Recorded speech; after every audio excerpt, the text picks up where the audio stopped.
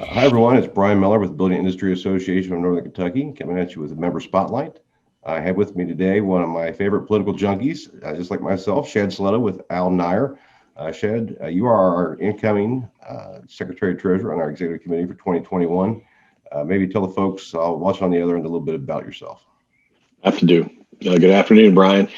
Thanks for the invite. I am a long-term member of the BIA, formerly known as HBA, and had good direction from our president of our company, Ray Beal, and basically, making sure we had a strong participation in the industry, which I'm proud to say that I believe the BIA is the number one resource for industry, building industry members. And hopefully all member or all industry companies would be a member because it is a valuable resource for all participants. I've worked in the industry for over 25 years as a owner's representative as well as a builder, member. Currently a builder member and proud to be with the Al Neyer Association building company. We picture in the background is our latest development in Boone County, close to the airport, and we're fighting through the pandemic season, but we've got good leadership and they're pointing us in the right direction as far as industries go. And I will be remiss to say that logistics in what we call industrial is by far leading the way across the country with regard to activity. And so I would definitely say that if you see any kind of projects coming on board, they'll probably be industrially oriented in the next year or two, partially because of the economic impact of the quarantine. So, Sure. A few questions for you. We have these legal challenges by President Trump. We've been through the nationwide election. Yep. A little more and more like Joe Biden assumed the presidency. Some things don't change. Yep. Maybe look past the last few years and maybe tell the members a little bit about what we've been doing, how we've been working with the Trump administration, but more specifically what the Trump administration has done that has positively affected the industry in the last few years. Sure. So, I was excited about the Trump administration and knowing, at least from the campaigns and as well as the background that President Trump brought to the office. And so, as a building industry member, but also an advocate for private property rights, I felt it was going to be a welcome change in the approach that the federal government had with regard to, those issues. And certainly it was. It's probably hard to remember, back 12 and 8 years ago and 5 years ago for that matter. But we had a huge decline in industry participation among our employees, as well as the regulatory burden that was placed on building industry participants. And that burden is hard to define. You're not going to find it in the mainstream media. And frankly, it's hard for associations like ours to really explain that to the layperson or consumer.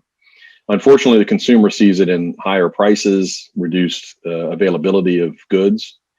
And so I'm afraid that we'll see that again if Biden is successful. In the last 4 years, we've seen an explosion of economic activity, and largely driven by our industry. Right.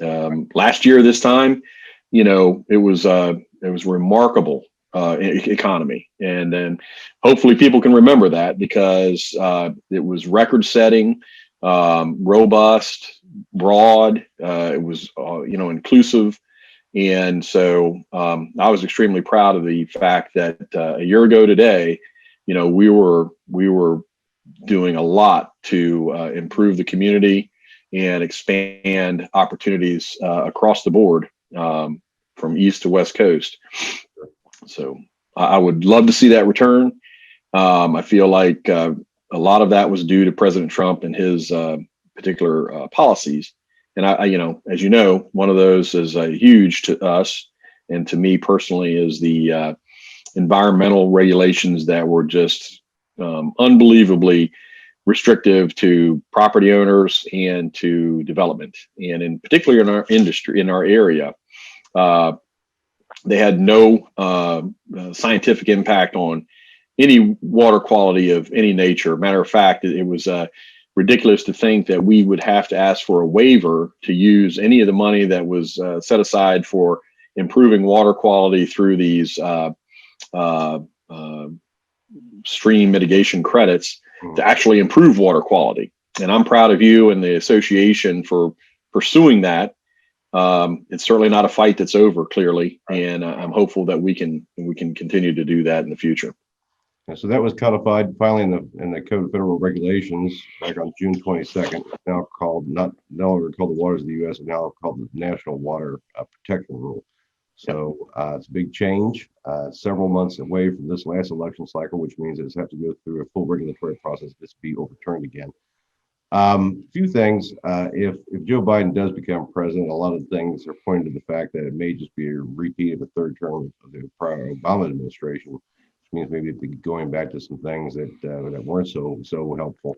But also, Joe Biden had named his appointment for HUD, Housing and Urban Development, and that person is Congresswoman Marcia Fudge out of the Cleveland-Akron area. That's the U.S. Congressional District 111, largely known as an agricultural interest, but also known as not getting a whole lot of things done.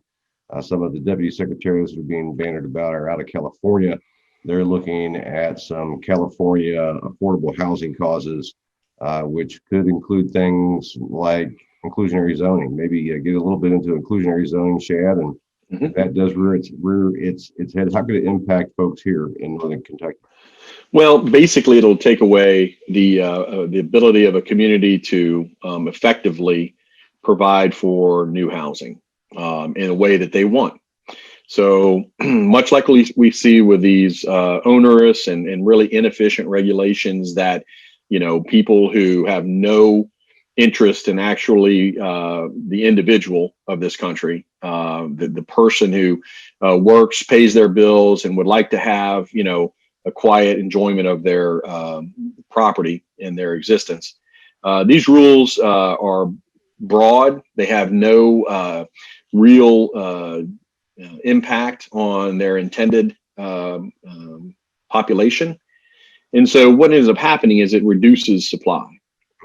And you see by that, what I mean by that effectively is that, when let's say these rules become effective, either through building code enforcement, rules that are imposed upon the states, which I think is extremely inefficient, or these policy decisions, somewhat similar to what you call inclusionary zoning.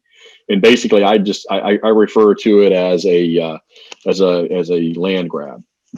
Right. Of course, the word inclusionary sounds very nice. Well, want to be inclusive of people, but right. really, when it comes down to it, it forces current communities and expanding suburbs to accept lower level housing, basically subsidized housing being forced into traditional suburban development patterns.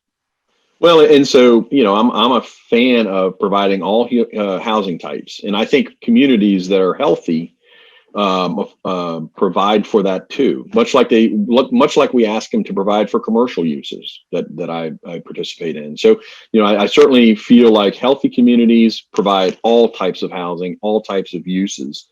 But the problem is that you cannot, as a community, direct where those uses go, because an inclusionary zoning effort requires every community that's new in certain size to include it.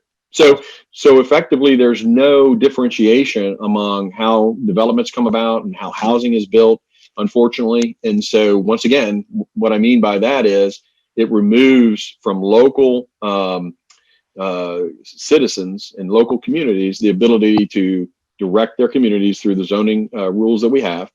And effectively, it will reduce the supply of houses, new housing. Which right now, effectively, you could say the cost of housing is going up tremendously for both existing and new, because we have such a short supply and the ability to provide effective housing in the numbers that are needed, certainly in what we call growth areas. Yeah, so we get really down to, I guess the Trump administration put this as they're looking to destroy your suburbs, basically the way that they ended up putting it, and Yep. does force low-income housing into every new development. And Yeah. so if any development, like you said, of any size, and basically shoehorn this in there, obviously you're not going to be getting market rate for what that land is and what the house is. So the neighbors around them are going to have to basically make up the difference. So the traditional suburban development pattern is going to be paying more for their homes in order to basically pay for housing for other people inside their community that are being forced there. So if it gets approved. right. I mean, I can tell you, Brian, in a local community here in Northern Kentucky, multifamily deals with this regularly. Multifamily meaning apartment developments. And so apartment developments, if they go through HUD or another government agency for funding resources, often has to provide these set asides. And so if you have 100 apartment units, which is small, I'm just using it as an even number, Sure. you'd have to provide 10, maybe 20 of those units as set aside for some specific purpose. That could be low income, it could be senior. And so that set aside is part of the zoning hearing. And I can tell you that it's been turned down in several communities that realize, hey, we're going to get, not only do we get an apartment building, which isn't the most desirable use in many people's mind, but they also look at that set aside and they say, well, we don't want, that type of housing in that location. So right. It makes it very challenging to get anything approved at this level. Right. And this whole concept was being discussed during the Obama administration back in housing and urban development then. It just never launched nationwide. Right. As you said, things get forced down people's throats too. We didn't have the energy code in Kentucky until prior Governor Beshear accepted the Trouble Asset Relief Program. So he borrowed money from the federal government. He signed away Kentucky's ability to modify portions of the energy code, and we got what we got. Now housing is also much more expensive because of it. As people argue in our industry, with not that much of a drastic increase in energy conservation. So, well, the problem is that, if you want to look at effective use of resources, which I think 90% of the people who are working and paying their bills and living in a house that they own or buying through a mortgage, let's say, they have to be effective with their money. They can't just take money and throw it in the trash can and say, well, I meant to do good. And so what we end up seeing happen with all these regulatory requirements that have no bearing in consumer interest or really, being effective, is we're required to put in expensive, cost averse building components in a house. And the most egregious of those is in California, where every new house has to have a solar system. That does not, in Kentucky, you are not going to get your money back. You're not going to get your money back for solar house or solar energy requirements in this state. You're going to pay less if you just plug into the grid. And frankly, the grid is efficient. And so, to your point, we're actually causing probably more damage to the environment than we are not by imposing that rule. And so, let's be honest about it. When we get into these government entities and politicians who want to impose their beliefs upon us as builders, who, we can provide somebody solar panels if they want it. I promise you that. And frankly, we would be happy to do it. But that's somebody's individual choice. So let them make that choice. And I promise you, people will do it if they feel like it's a value. Right. One other thing coming out of California right now are all electric homes. California is outlawing natural gas as a form of energy to heat people's homes and to cook people's dinners. That would be a big concern in our area. Natural gas is one of the cleanest forms of energy that we have, and it's very abundant. So it's been talked about, and hopefully, of these deputy secretaries coming in from out of California, they don't take those bad ideas with them. But as is some of the ideas that come out of the New England states and out of the West Coast, they do tend to creep to the center of the country. Well, they do. You're right, especially if it's a federal mandate, Correct. Which would be extremely detrimental to our region and to our customers. Most customers that we build for know they want gas. They want gas heat, if nothing else. And several people like gas to cook with. And it is clean. I mean, we've transitioned our main power industry into natural gas because it is a cleaner fuel. And to think that everyone would have to run off of electricity increases their cost significantly. It's not going to improve the environment. And frankly, their comfort level, because it's not their choice, is going to be declined. Right, right. So there's just some of the few of the issues that may be at our doorstep with a Biden administration. Is there anything else off the top of your head that both us and our state association and our national association, all three whom our members are members of, should be looking out for in the coming years if Joe Biden is to go through and assume the presidency? Well, we've talked about a couple big issues, mandates as being one of those. And the fact that the prior administration, the Trump administration, was effective in removing, inefficient regulations and basically provided, once again, what this country is known for is the individual, the ability to choose. Right. And frankly, I believe individuals choose wisely based upon all factors, but that includes the cost of those requirements. And so safety is their issue. They're going to live in a house. They clearly want it safe, but they may not require it to not have gas or have, a very expensive or inefficient kind of electrical system that causes their refrigerator to shut off every month. And so those things I would hope don't happen again. We in Kentucky have been very supportive of legislative members and local government officials that understand that. And so it's once again, I can't say it enough. This association, the association that you're a director of, is engaged in the community to provide for our consumers and for our builder members and their associate members to understand what happens on a daily basis, including zoning, building regulations, and effectively overall mandates. And so we've been effectively turning those toward more efficiency in the last 4 years. I'm hopeful that our local and state legislators and politicians will continue that approach. I believe they will. Certainly no reason to believe they won't. And unfortunately, that's going to put pressure on them if the federal government decides to start imposing those again. Sure. So kind of the takeaway for our work today is that we need to stay vigilant, we need to stay engaged, and we need to stay active on both the local, statewide, and national front. And use our national association and our staff contacts that we have there that are up on Capitol Hill daily and are in the regulatory offices to make sure that we hear what's coming and we can take care of it before it ends up happening. So hopefully that's the easiest way to do it, because it's always easier to stop something than it is to try to put it back in the box once it's launched on us. Well, Brian, we end up seeing, fortunately, I think, hopefully we see legislation that's proposed, certainly at the state level. And that's because we have legislators that, understand that our association and our members are a resource. We're a resource for good governance. And so effectively, there are many bills with good intention that have exactly the opposite impact of what is proposed. Right. And so we run a school. It's one of the oldest schools in the country for vocational trades. That school, unfortunately, is negatively impacted by some of these well-intended, well-meaning rules and regulations. And so that vigilance is very important.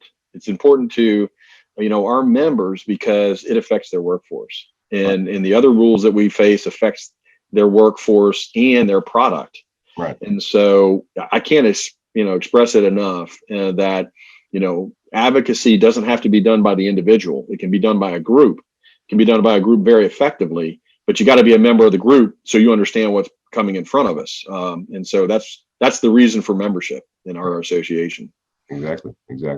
Well, I appreciate your time today, Shad. Again, I wanted to let you know that you are one of my favorite political junkies, and always fun to go through an election night with you through text sometimes. Varying degrees of satisfaction and dissatisfaction at times, but appreciate your time today. You're definitely a treasure for the organization. You do a lot of great work on our advocacy services, and all the members should certainly thank you. So thank you for spending time with us today. Well, I appreciate it, and I thank the members for spending their time and resources to be supporting you and your staff. You do a great job. It's very important, and so I appreciate the opportunity to be engaged with the association. Frankly, it's an honor for me to say I'm a member, and I feel like you provide great information for us to at least understand what we're thinking, seeing, hearing, and frankly, I hope the National Association understands that local staff, local EOs like yourself are really going to be the source of information for how federal mandates may impact our association, our industry. Sure.